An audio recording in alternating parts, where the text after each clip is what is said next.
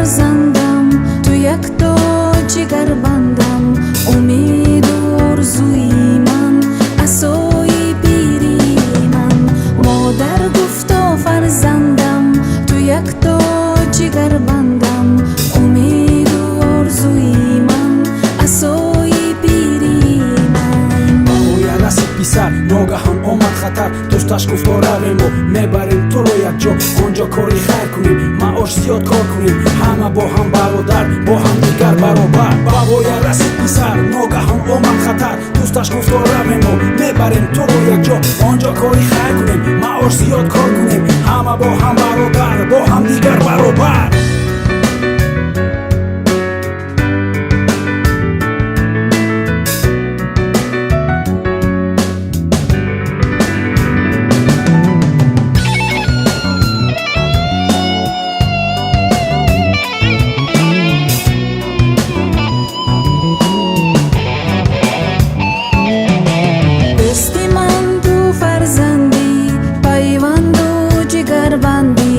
مکن این را فراموش، افرادگر را نکن گوش.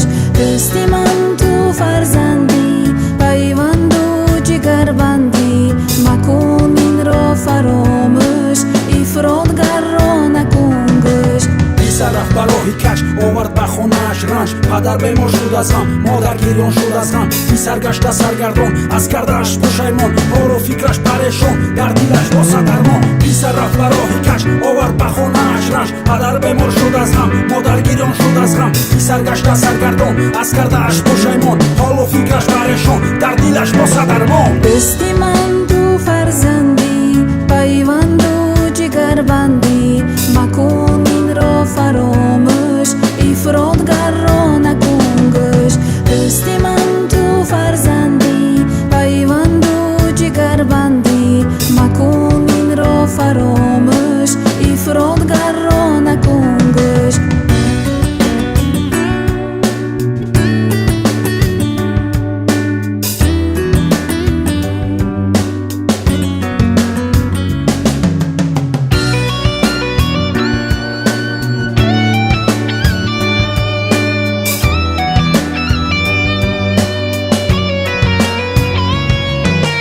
دستی من تو فرزندی، پیوند و جگر بندی. مکن این را فراموش، افرادگر را نکن گوش. دستی من تو فرزندی، پیوند و جگر بندی. مکن این را فراموش، افرادگر را نکن گوش. پیسر گشته سرگردان، از کرده‌اش پشیمان. حال و فکرش پریشان، در دلش باسد ارمان. جایی که رفت آنجا جنگ، شب و روز تیر و طوفان. محروم گشته از وطن، آواره و مسکین.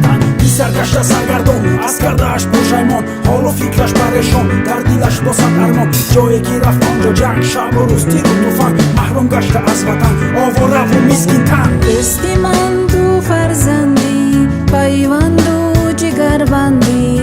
مکن این را فراموش، افرادگر را نکن گوش. دستی من تو فرزندی، پیوند و جگر بندی. مکن این را فراموش.